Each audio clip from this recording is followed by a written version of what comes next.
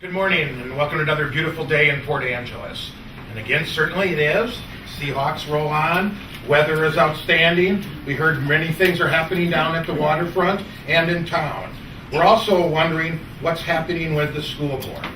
Now, before we start the introduction, I want the members and guests to know that yesterday I received a message. The message was that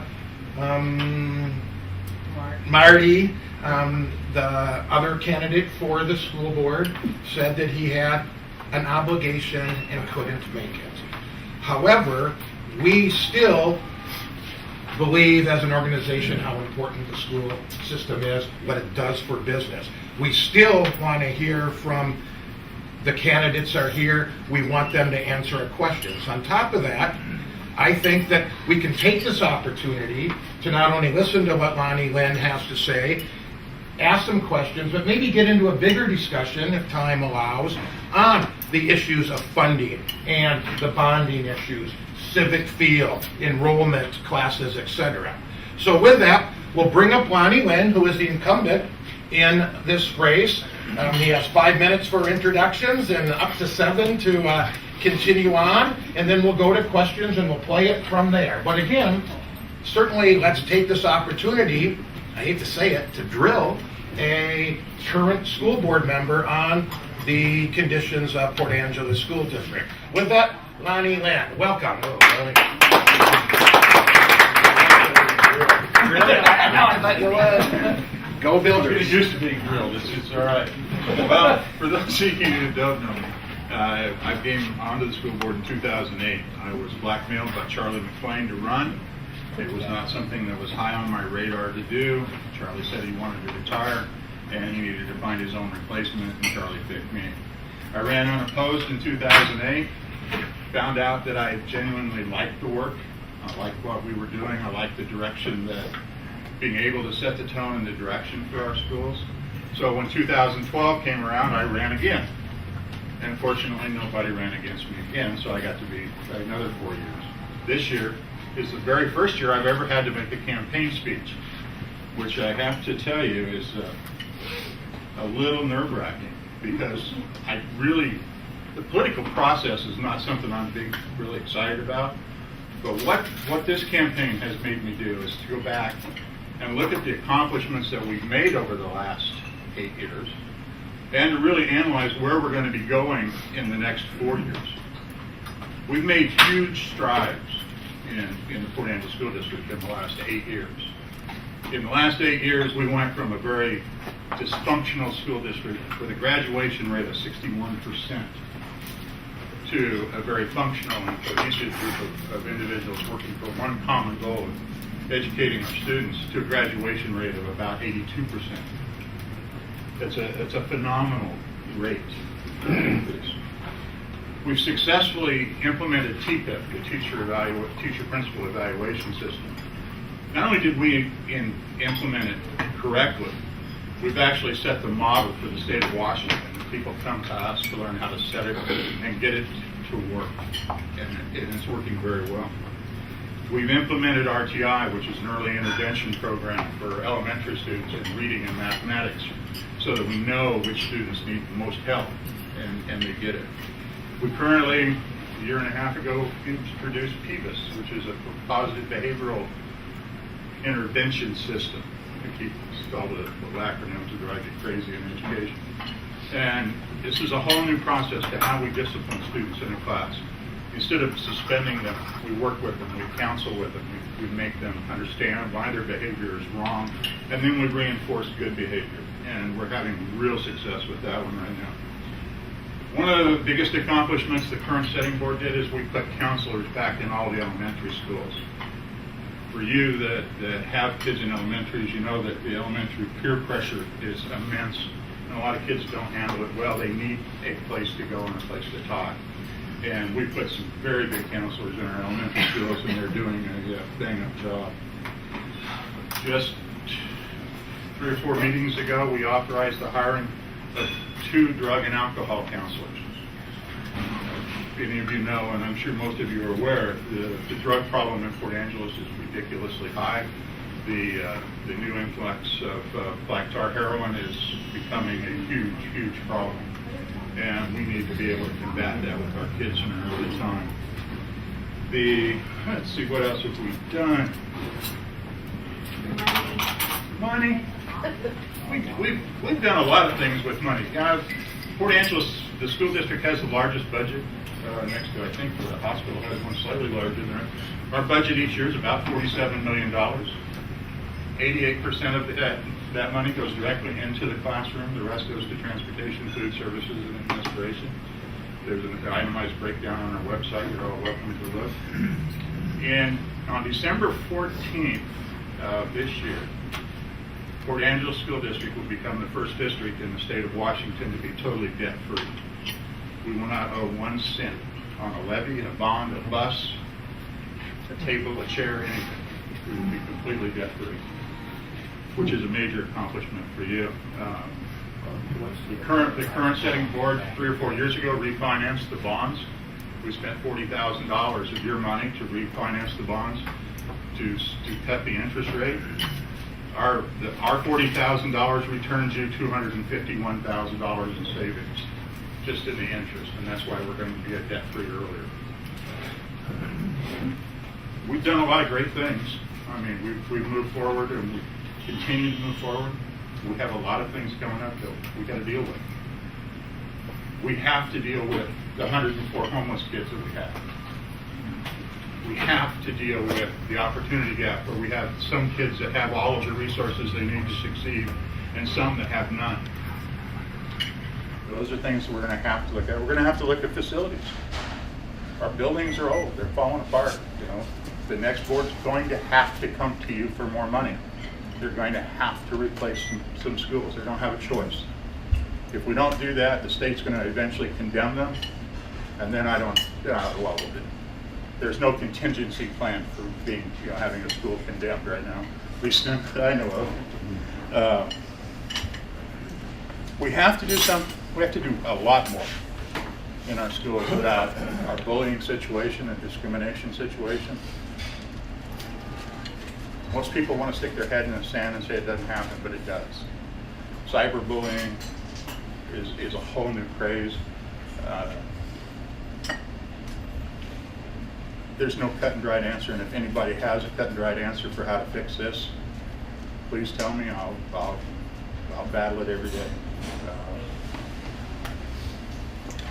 We have things coming down the pike that are being legislated to us that probably will disenfranchise more children than anything that's ever happened to education. In 2019, we're going to have Core 24, where it takes 24 credits to graduate from high school. The State Board of Education has deemed that essential for kids to get into college and do other things. The problem with it is the way the crediting is going to be done. And I'm just going to run through this really quick so you have an idea. In 2019, you're going to have 4 credits of English, 3 credits of math, 3 credits of science, 3 credits of social studies, 2 credits in art, 2 credits in health, 1 credit in CT&E, which is vocational, and you're going to be allowed 4 electives, and you have to have 2 years of world language. Now, these are kids that are freshmen now that are going to be forced to do this. At any point in time, if they fail 1 class, or they don't finish a class, or they get sick and they can't get credit for a class, they can't graduate. The State Board of Education passed these rules, and out of their own mouth came 50% of our students will not graduate on time because of this rule. Their answer, a 6th period or another period in the day, and summer school. Folks, that is not the proper answer. We're going to take our most vulnerable kids, our kids that want to work with their hands in the vocational trades, and tell them they can't do that because they need a math credit. They can't take woodworking. Or they need a science credit. They can't go to the machine shop and make instruments for third world countries to use in operating rooms. We're going to disenfranchise a huge portion of our students. Currently, the board, the setting board, has already started a process to try to mediate that. We've created cross-crediting classes in our vocational program where if you take a woodshop class with Tim Branham at the high school, you not only get a credit for your woodshop, you get a half a credit of math. We have at the Skill Center, if you take the cosmetology program or you take the culinary arts program, you can get a half a credit of science. We're trying to set these things up so that kids can have a fighting chance of staying in school and doing why they go to school. That's huge portions of our kids go to school because of the electives. They go to school because they want to go to an NJROTC meeting, or they want to be in band, or they want to be in the DECA club, or they want to be in Tim Brown's carpentry class. We cannot disenfranchise that whole population of people because the State Board of Education does something stupid. We have to figure out a way to mediate that. The setting board right now is working on that. We worked on it very hard. There are currently statewide 7 cross-crediting programs available for credits in half credits in math, science, social studies, and English. 6 of the 7 were written by the staff of Port Angeles High School and are now accepted state law. The 7th one was written by Tumwater, and it's done in 33 languages. So, because they have 107 languages and they only wrote 33. So there's a vast array of problems coming at us, and we deal with them as they come. Most of them are legislated to us. Most of them are unfunded, so we have to scramble to find money to do them. I guess that's my opening, probably more than 7 minutes. It's okay. Is that all right? Yeah, I was going to say, for a first-time campaign speech, not very bad. Let's give Lonnie a first of all round. And now the fun part comes. Stay up there with the microphone. I'm actually, I have to tell you, I'm a little interested in the questions, because I did the forum yesterday, or Sunday, down for the League of Women Voters, and that was the first time that I've ever stood in front of the public and actually answered questions. I'll tell you what happened to us this year with McCleary. This year, the Port Angeles School District received $2.7 million more in funding than we had the previous year, which on the surface sounds absolutely fantastic. But the legislature gave everybody a 3% raise. So that took $600,000 of our 2.7. Then they changed the allocation factors for retirement. They upped our percentage by $1 million. So now they got $1.6 million back out of their 2.7. Then they changed the healthcare system again and raised our percentage of the healthcare system, which cost us another $900,000. So if you do the really quick math, out of $2.7 million, we got about, I think it worked out to $320,000 that we could actually put in the classroom. We took our $320,000 and hired some nurses and some drug and alcohol counselors and a new teacher at Dry Creek to split up a 4th grade class that had over 30 kids in each class. Our money disappeared pretty quickly. Bonds, levies, things, something's going to happen. We just allocated $1 million out of our reserve budget to moved into our capital budget to fix some roofs and some things that just absolutely had to be fixed. There are buildings in our system that need to be replaced. We have definite issues at the high school. We have issues at Franklin. We have issues at Hamilton that are bordering on health and safety issues, and they're going to have to be addressed some way, whether it's a new facility or through a major remodel or something. I don't know what the new board's going to do. The setting board right now, when we got the message that we lost, we only got 48% of the vote for the high school renovation, which was $98 million. Just so you know, that $98 million project that was on the bond is now $113 million. Just to let you know what happened because of that. And with the new interest rates, as they're probably going to decline, it's going to get more expensive. Now, having said that, I don't think you'll see a new high school bond from the board. The people of Port Angeles pretty much said we're not going to do that. But let's follow up on that. The high school is supposed to be in horrible condition. That's why we were looking at it. Just because it's failed doesn't mean that the high school is in any better condition. So I guess my question to you would be, how can you make such a case for a new high school and then just, in a sense, drop it? That's what I heard you say. Well, I don't think you're going to hear it. I don't think you're going to see it dropped. I think you'll see radically changed. Let me explain a couple of things. First off, I don't know if you all know the process that went through on the recommendation to get put the high school on the ballot. There was a committee formed here in town. There were 60 members on that committee that assessed the way we have our school structured. We're currently at K6, 7, 8, and then 9, 10, 11, 12 in the high school. They came back with a new structure for us, and they want to go to a K5, a 6, 7, 8 middle school, and a 9, 10, 11, 12 high school. It's a model I happen to prefer. I prefer the K5 and then the 6, 7, 8 middle school for a whole variety of reasons, most of which are related to money, because I don't have to split up music teachers and send them to 5 different elementary schools because they can do strings. I can just send them to one place and leave them there, and it's a whole lot cheaper than moving them around. But circumstances have changed since that committee met 3 years ago. We currently have the biggest spike in elementary enrollment that this district's had in how many years, ladies?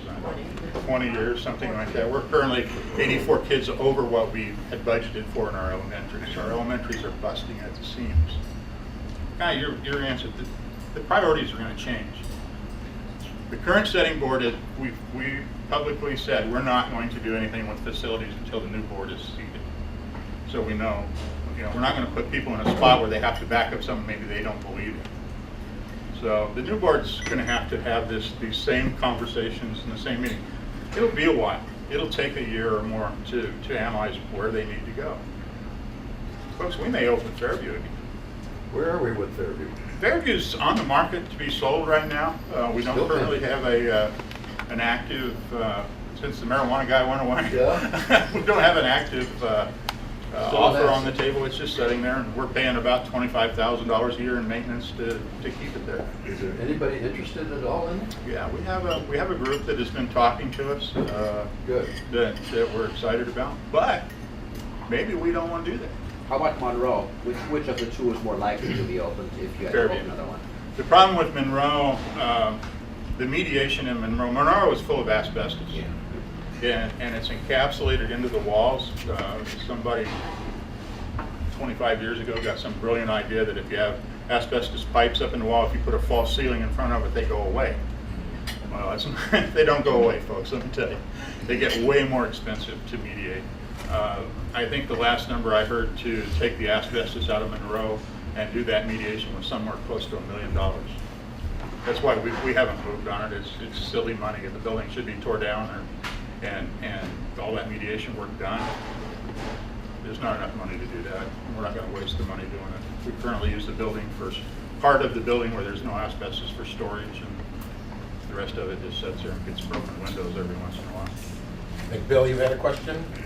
What's going to happen with vocational training? Well, we're going to salvage absolutely as much of it as humanly possible and still get our kids through high school.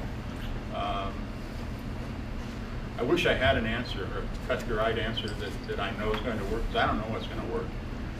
The State Board of Education, when they passed the new graduation requirements, my personal opinion was they were only thinking about kids that were going to college. If you look at the standards, they're all based around college entrance tests and what you need to get into college. A big portion of our kids don't. So we're gonna have to work around it. The cross-crediting is the first step. We have a skill center sitting out here that we can potentially use for some vocational training that intertwines with the high school level. But I don't have a set answer yet. The state of Washington doesn't have a set answer. They know this is a problem. OSPI is working on it. State Board of Education, after they created the problem, figured out, hey, we got a problem. We need to fix this. And there's a lot of people trying to figure it out. I don't think anybody has an answer yet. But that'd be a follow-up too. So you really get a sense that this is a statewide concern and there may be a political pressure coming on to put some type of fix. And I guess at the same time, just makes logical sense. Many things in the trades are relating to math and science. Is there a way to bump that half credit to full credits? Is there allies around the state to help you do that? There's a pretty strong contingent of vocational people, mostly around the unions, pipe fitter union, plumbing, electrical, that are trying very, very, very hard to get these standards eased for vocational. I personally would love to see us go to a 2 diploma system. I would love to see us go to a vocational diploma and a academic diploma. Virtually every country in the world has that setup except the United States. We've got tunnel vision. Everybody's going to fit in the same cube and everybody's going to do the same thing. It's not what happens. But we don't, we get in the way of the kids that want to go into vocational in giving all of the kids that are going academic all the resources. It's a tough problem. It's like comparing. I don't know. Sunday there was a comparison. They compared our schools to South Korea. I almost throw up when people do that. People talk about our schools being inferior to schools across the world. Folks, I'm here to tell you, we have the best schools in the world. There is no place in the world that has better education than the United States. I don't care what tests say, because test scores, when you compare us against countries like Denmark, Germany, Japan, South Korea, you're not comparing apples to apples, folks. You've got grapefruits and little tangerines over here. Because we're getting compared against the absolute best in every one of those countries. In Denmark, for instance, which I believe there was a Danish superintendent here one day. He and I had a very interesting conversation. They don't deal with special ed. 15.7% of your students are in special ed. They don't deal with any of that, so they don't get testing. Okay, they don't have 9 languages like you have in your high school. They have 2. You either speak Danish or starts with an S, some other language. But you have to speak Danish to go to school there. You can speak the other language, but you have to speak Danish. You don't have to speak English to go to one of our schools. And guess who has to make exceptions for you? We do. The schools do. If you only speak Russian, I got to find somebody that speaks Russian so they can walk around with you all day long so you can get an education in the United States. Yeah. So you want to compare our system to some other world system? Make them do what we do. Make them go down and have 2.7% of their kids in foster care. Have 15.4% or 5%, wherever we're at right now, in special ed. Have 4.7% of them have a 504 program where they require special help.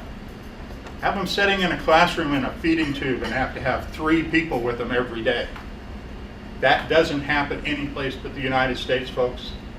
And I don't care what you say, that makes us the best.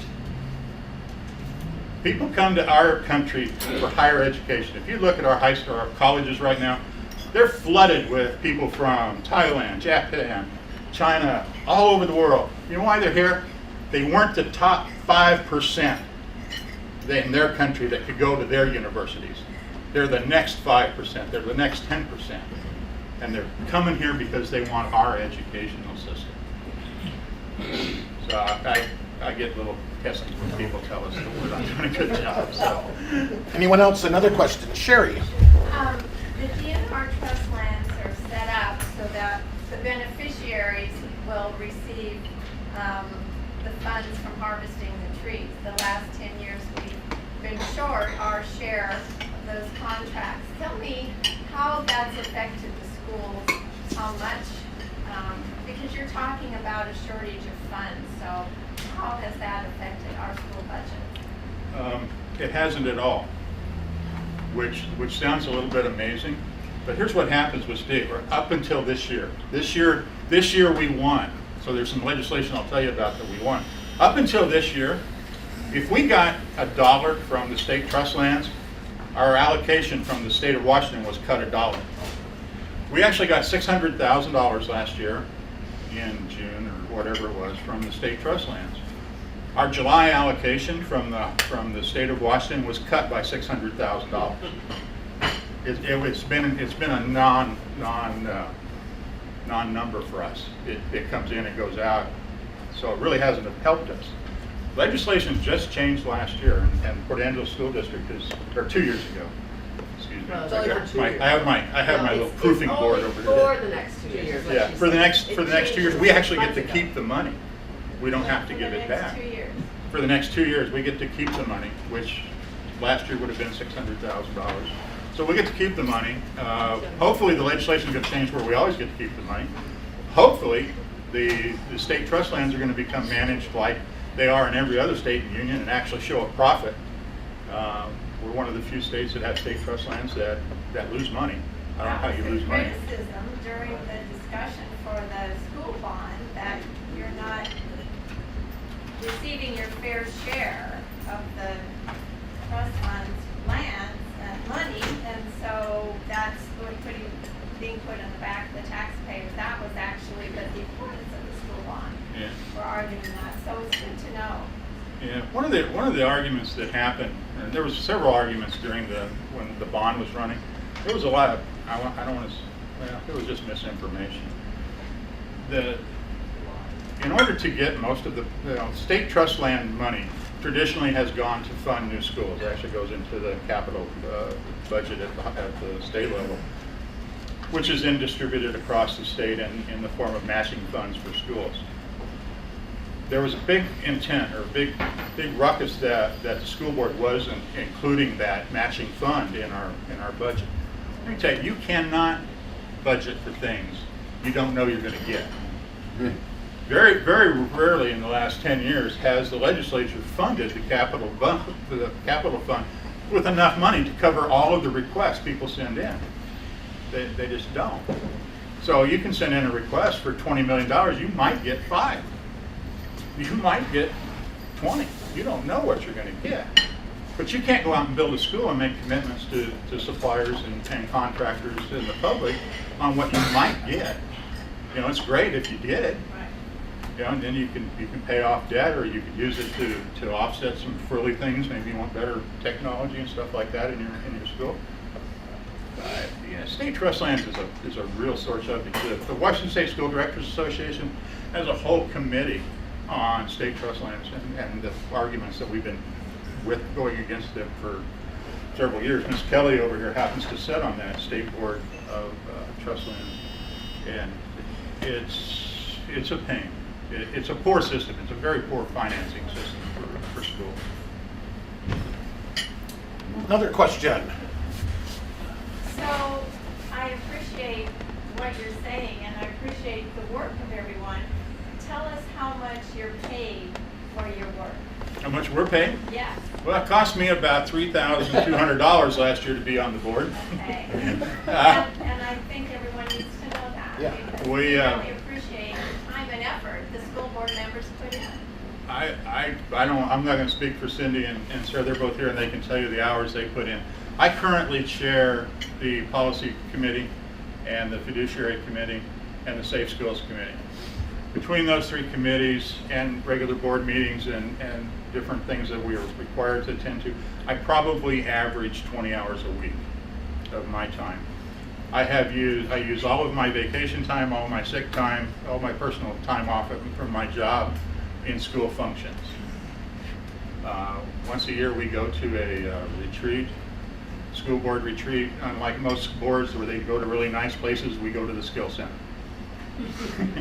They bring us a really bad sandwich and some coffee.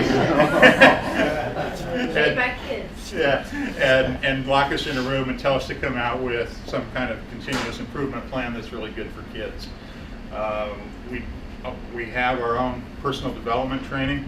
I was really blessed 2 years ago. I was selected by the Washington State School Directors Association to attend their school called Leadership WASDA. Leadership WASDA is centered around 14 people a year. It's a year-long training. I drove to Olympia every other week for a year to take that training, and they cover everything from diversity issues to finance to how to be a better board member. I graduated, I made my presentation to the rest of the school boards in the state of Washington. And I, like I say, I'm really blessed that I got to go. I also got to pay for it, so, or most of it. So, And to Cherie's point, that's correct, right? Currently, no school board members are taking a draw. no, we haven't, I can't remember the last school board director that actually took the money. We're allowed $50 a meeting, up to $4,800 a year. I have never met a school board member that's taken the money. Yeah, which is a great dedication. Yeah, we, In our district. in our district, there are districts that are actually fully funded and paid situations, but, President Edna, and then we'll go to Everybody George. else quit asking questions, so I get to. So Lonnie, in the height of the shooting last week, how safe are we? Sorry, I know it's a hard question, but how safe are we? We're as safe as the next nutcase with a gun. There you go. Yeah, I mean, that's how safe we are. We've done things in our school, and I went on record Sunday about this. We have things in place in our school I will not talk about in public because they're in place to protect our kids. I guess it's one of those things you have to trust in folks. We've been working on this diligently for years. I'll tell you some of the things that we have done that are coming to the forefront. We just finished rekeying all our schools, so we have control of one entrance. You have to have there's a card reader entrance now into each school. All the other doors can be permanently shut and locked, and that will be the only entrance into the door. That's one of the steps that we started. We've been putting in security cameras at all our schools. Virtually every school entrance has a camera. You may not see them, but they're there. They're being recorded, and hopefully someday we're going to have enough money to actually have them monitored 24 or during the school day. They do get monitored periodically. So there are days when there are people there monitoring the entrance into the building. There are days when there aren't. So that's some of the stuff we've done. With this type of schools we have, particularly Port Angeles High School is extremely vulnerable to a single psycho shooter. If you get on the roof of one of the buildings at the high school, you can pretty much cover the whole campus with a gun. But now there's a Port Angeles police officer that's assigned to the school as well. We have a community resource officer that's on staff at the high school all the time.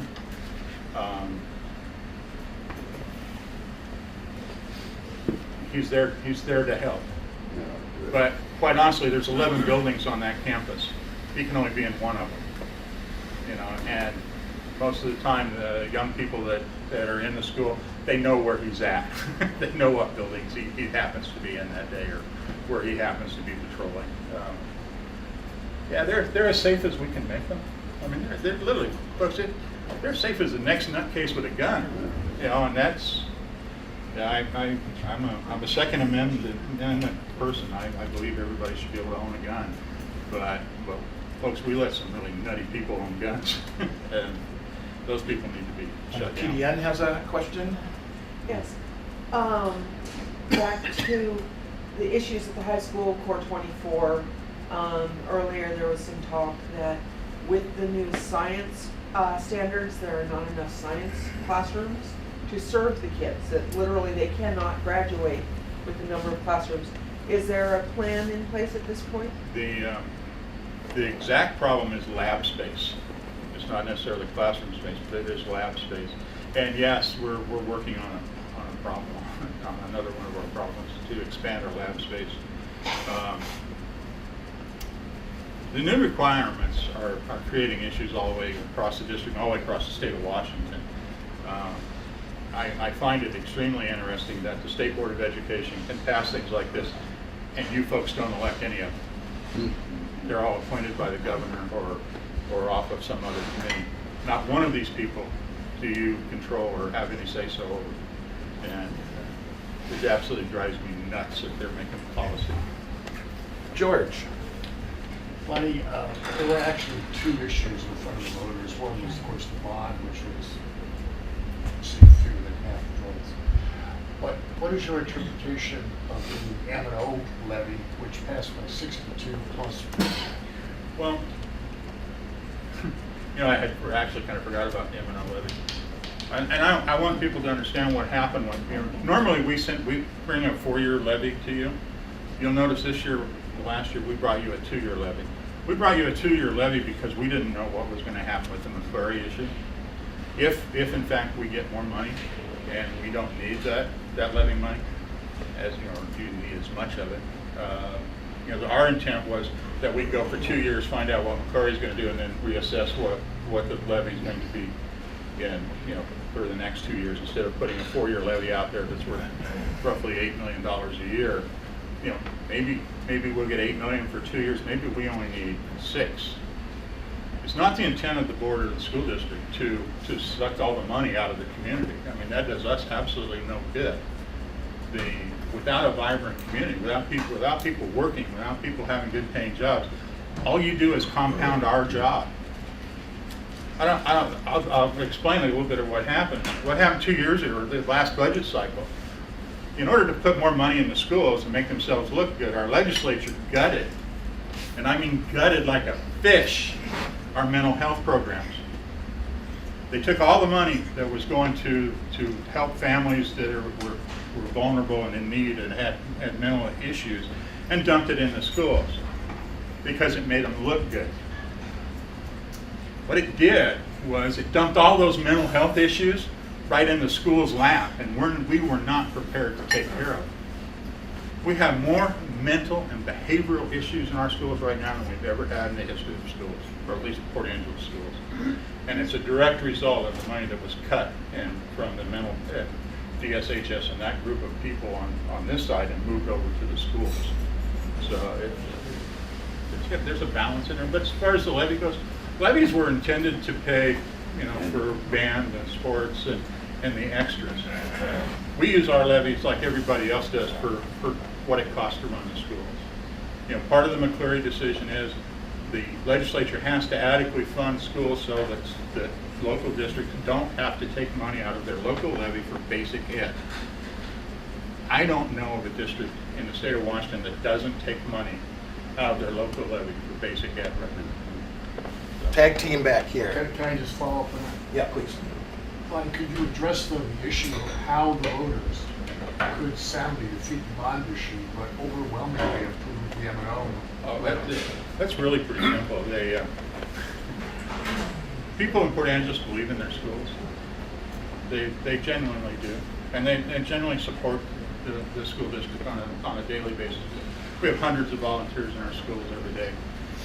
We have people that support us in a whole range of ways. The high school was too much money in a community. They felt was too much money in a community that quite honestly got 7.5% or 8% unemployment rate. We have people that are underpaid for the jobs they're doing. You know, it was strictly a pushback from them saying, "Hey, you know, we don't have it." I'm not unhappy with them for their honesty. They back the schools day in and day out. $98 million is a lot of money, folks. I don't care who you are, unless you're the United States government, and then $98 million is what you wasted yesterday, or what you spent protecting the president with all those guys with guns around him. The people of Port Angeles want value for their money. There was a couple of other issues. Biggest issue I heard about why people voted, they didn't vote for the high school.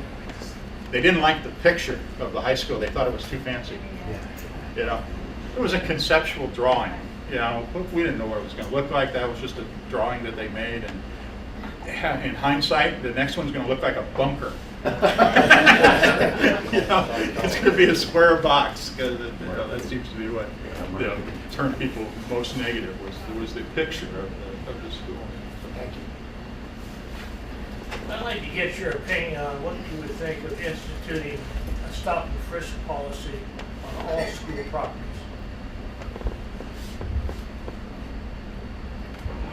Before or after the ACLU sued us? It's constitutional according to the Supreme Court. I know. You know, I've never thought about it, because I guess I look at the population of Port Angeles and the people that live here, and damn it, I don't want to get like that.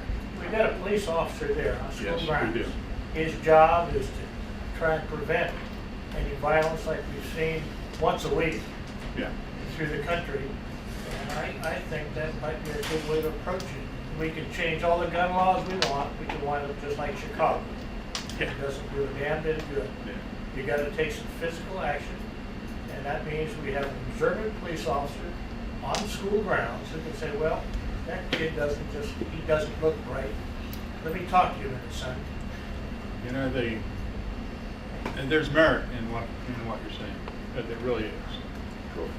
But I would much rather see our staff and our counselors and our people inside our schools know the students well enough. Have that relationship with each one of the students to know when a student's in trouble. And folks, you can tell. Well. Trust me, I can walk to the high school today and point out 6 kids that are having problems right now. They're having problems at home, they're having problems with their girlfriend, they're having problems with any wide variety of things. It shows if you know the kids. Building those relationships between the teachers and the staff with the students will eliminate 99.9% of the issues you're seeing nationally in schools. That's right. And if we don't nurture those type of relationships with students and staff, all the frisking in the world is not going to stop a kid from coming in and doing something silly. You know, we've suffered through, I think, three different suicides in the district since I've been in office. Every one of those kids could have been helped. Every one of those kids deserved to be helped, and we missed it. We didn't do it. This community didn't do it. You want to end violence in your schools? End the discrimination. Make it so I don't need Lincoln High School. There's a challenge for you folks. Make it so I don't need Lincoln. Make it so every kid that goes to Lincoln can feel safe and secure at the high school and not be called faggot and gay and queer. Make it so he can go there and be safe. Make it so the girl with a really low self-esteem doesn't give her body away to the football team because she thinks it's going to make her more popular. And then she gets pregnant, and then she's a whole bunch of other names. And where's she at now? She's at Lincoln because people accept her there. There's the problem you have, folks. You have a social problem. We have a school problem. We need our kids to feel safe, secure, and we need to help them get there. Because quite honestly, most of their parents aren't. We have a whole generation of kids being raised by themselves. Mom and dad are on meth or heroin or unemployed and violent and mean. We have kids that miss 30, 40 days of school a year because they don't want to come to school because they're bruised up because dad beat the hell out of them. There's the reality of what we're faced with day in and day out. You know, you want to do something? Fix that. Fix all those social issues, and you'll never have a shooting in a school again. Lonnie, does classrooms start in the morning? Is the policy to have the flag salute in every classroom? Yes. If I had my way, we'd do prayer, but whether you want to get to But that. we do pledge the We allegiance. do the flag salute. It's state law. It is a state law. It's state law. Yeah. And honestly, if I had my way, we'd have prayer. So, if you think back to when we were all, everybody in this room qualifies, when we were in school, we didn't have mass shootings. Might have fist fights once in a while. I can remember going to high school, in my high school, with my shotgun up over the back of the door because we were going pheasant hunting right after school. You don't see that anymore. You can't do that. But then, you know, we had a whole different way of looking at things back then. Yeah. So, anyway. Well, before we ask Lonnie for closing statements, I think we've had a very candid and honest conversation here. Let's give him a hand. And with that said, would you like to take a minute or two and ask for a vote? Go back to your campaign and. I found that candid and truthful doesn't necessarily get you votes. And quite honestly, I'd rather be. It's a whole lot easier for me to sleep at night, and because I told you what I believe, instead of trying to remember what I told this group or told that group, because I'm getting old and my memory's just not what it used to be, folks. We have some great schools here. We have a lot of work coming up. We have some really, really talented young people in the district that deserve our best. You know, I'd like to finish my job. You know, I've had 8 years and we've made major strides, and we've made some major improvements in 8 years. And they're not all mine. I mean, the current setting board has done some phenomenal work. They've done some really hard work that has made them not very popular at times. They've made the right choices. And I hope when you vote this year, you analyze each person that's running and why they're running and what can they bring to this board to help them continue the work that they're doing. I hope you vote for me. If you don't, I'll understand, you know, and I'll actually get most of my life back. But I haven't grown tired of the job yet. I don't want to give up on our youth. I don't want to give up on our schools. And hopefully you'll vote for me. So thank you. Great, thank you.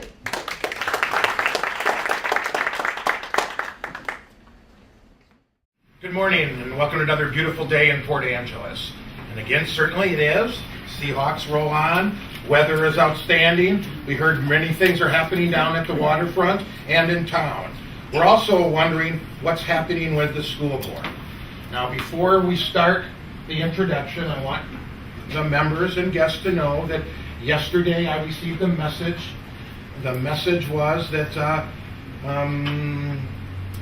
Marty, the other candidate for the school board, said that he had an obligation and couldn't make it. However, we still believe as an organization how important the school system is, what it does for business. We still want to hear from the candidates are here. We want them to answer questions. On top of that, I think that we can take this opportunity to not only listen to what Lonnie Linn has to say, ask some questions, but maybe get into a bigger discussion, if time allows, on the issues of funding and the bonding issues, civic field, enrollment classes, etc. So with that, we'll bring up Lonnie Linn, who is the incumbent in this race.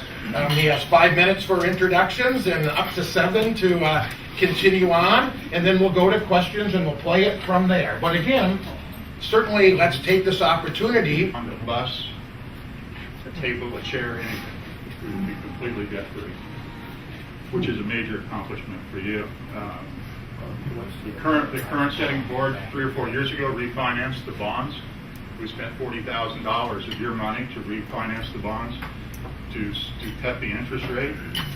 Our $40,000 returns you $251,000 in savings just in the interest, and that's why we're going to be debt-free earlier. We've done a lot of great things. I mean, we've moved forward and we continue to move forward. We have a lot of things coming up that we got to deal with.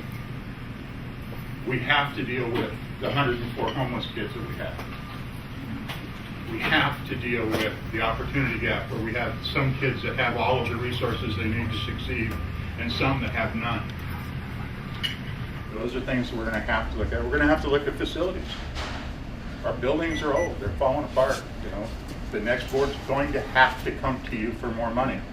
They're going to have to replace some schools. They don't have a choice. If we don't do that, the state's going to eventually condemn them, and then there's no contingency plan for being, having a school condemned right now, at least none that I know of. We have to do we have to do a lot more in our school. I hate to say it, to drill a current school board member on the conditions of Port Angeles School District. With that, Lonnie Linn, welcome. I thought you would. Go Builders. It used to be grilled. It's all right. Well, for those of you who don't know me, I came onto the school board in 2008. I was blackmailed by Charlie McClain to run. It was not something that was high on my radar to do. Charlie said he wanted to retire and he needed to find his own replacement, and Charlie picked me. I ran unopposed in 2008, found out that I genuinely liked the work.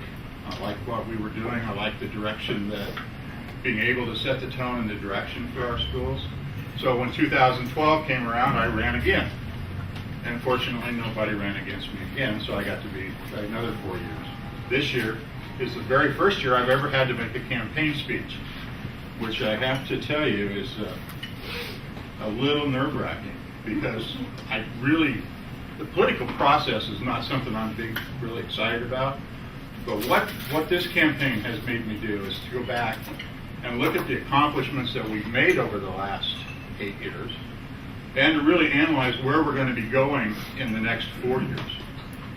We've made huge strides in the Port Angeles School District in the last 8 years. In the last 8 years, we went from a very dysfunctional school district with a graduation rate of 61% to a very functional and cohesive group of individuals working for one common goal of educating our students to a graduation rate of about 82%. It's a phenomenal rate. We've successfully implemented TPIP, the teacher principal evaluation system. Not only did we implement it correctly, we've actually set the model for the state of Washington. People come to us to learn how to set it and get it to work, and it's working very well. We've implemented RTI, which is an early intervention program for elementary students in reading and mathematics, so that we know which students need the most help, and they get it. We currently, a year and a half ago, introduced PABA, which is a positive behavioral intervention system. I keep all the acronyms that drive you crazy in education. And this is a whole new process to how we discipline students in a class. Instead of suspending them, we work with them, we counsel with them, we make them understand why their behavior is wrong, and then we reinforce good behavior. And we're having real success with that one right now. One of the biggest accomplishments the current setting board did is we put counselors back in all the elementary schools. For you that have kids in elementaries, you know that the elementary peer pressure is immense, and a lot of kids don't handle it well. They need a place to go and a place to talk. And we put some very good counselors in our elementary schools, and they're doing a bang-up job. Just 3 or 4 meetings ago, we authorized the hiring of 2 drug and alcohol counselors. Many of you know, and I'm sure most of you are aware, the drug problem in Port Angeles is ridiculously high. The new influx of black tar heroin is becoming a huge, huge problem. And we need to be able to combat that with our kids in an early time. Let's see, what else have we done? Money. We've done a lot of things with money. Port Angeles, the school district has the largest budget, next to, I think, the hospital has one slightly larger than it. Our budget each year is about $47 million. 88% of that money goes directly into the classroom. The rest goes to transportation, food services, and administration. There's an itemized breakdown on our website. You're all welcome to look. And on December 14th of this year, Port Angeles School District will become the first district in the state of Washington to be totally debt-free. We will not owe 1 cent on a levy, a bond,